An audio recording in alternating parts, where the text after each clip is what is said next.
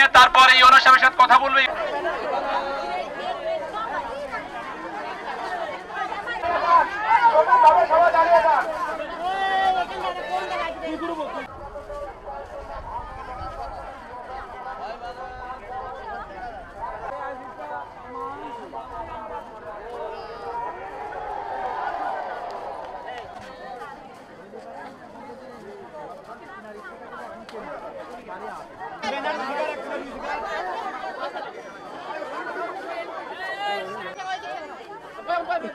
মাইকটা কি করলেন? স্লোগান দিয়ে এতক্ষণ দিলে হ্যাঁ শুরু করেন।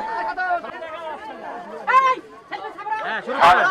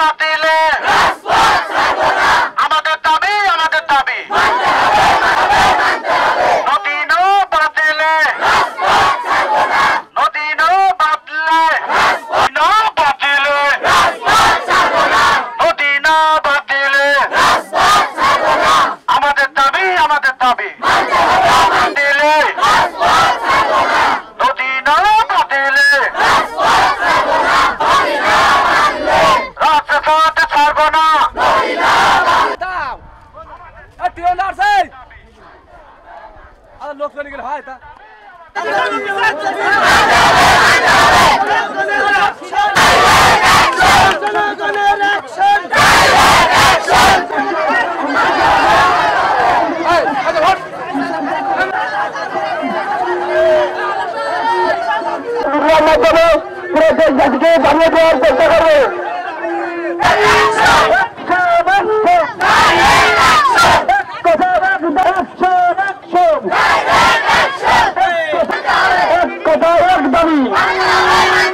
আমাদের অস্তিত্ব রক্ষা আন্দোলন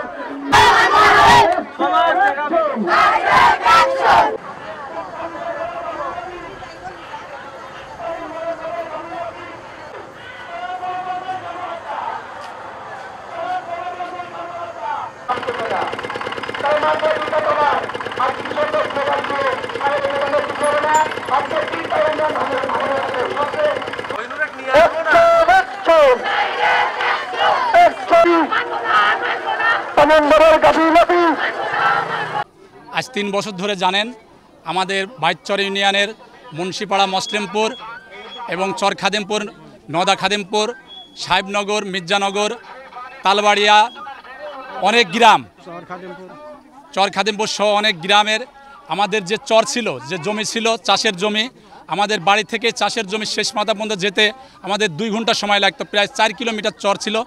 সমস্ত ফসলি জমি নদীগর্ভে বিলীন হয়ে গেছে। আমরা আজ বিগত 3 বছর ধরে এই আন্দোলন সংগ্রাম করছি নদী রক্ষার জন্য, চর আমাদের ভিটাবাড়ির জমি, কৃষি জমি বাঁচানোর জন্য, কিন্তু যথাযথ কর্তৃপক্ষ কোনো কর্ণপাত করে নাই।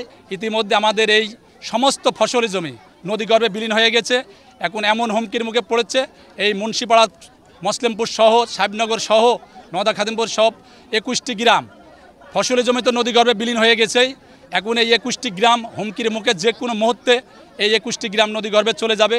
তাই আমরা আজকে এই আমাদের গ্রাম বাঁচানোর জন্য, যেহেতু আমার ফসলি জমি গেছে, ছেলে মেয়ে নিয়ে পরিবার নিয়ে যে বেঁচে থাকবো, সারাদিন যেখানে থাকি আমরা যে ঘরে ঘুমাবো শান্তি মতো, সেই ঘুমানোর জন্যই আজকে আমাদের এই কর্মসূচি। যেহেতু যথাযথ কর্তৃপক্ষ যদি এখন টিউব জিওব্যাগ ফেলে যদি এই ভাঙন প্রতিরোধ করে, তাহলে আমাদের ভিটা বাড়িটা বাঁচবে। এই জন্যই আমাদের আজকের এই কর্মসূচি।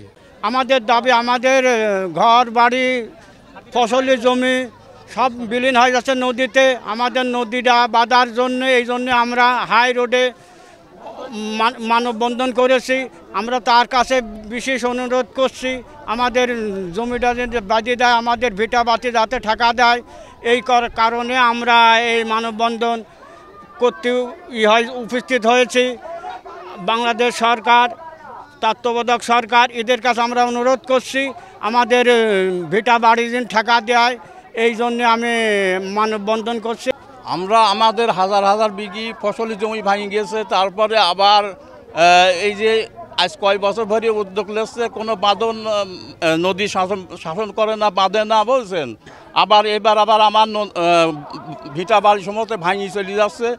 ওই জন্যই আমরা বিশ্ব রোড মানববন্ধন করেছি, না হলে আমরা এখানেই থাকি যাব।